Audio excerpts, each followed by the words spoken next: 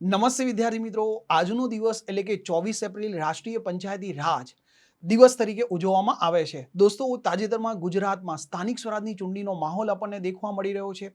અહીંયા જો હું બંધારણીય જોગવાઈ પ્રમાણે વાત કરું તો બંધારણ અમલ સમયે માત્ર દ્વિસ્તરીય શાસન વ્યવસ્થા હતી, કેન્દ્ર સરકાર અને રાજ્ય સરકાર.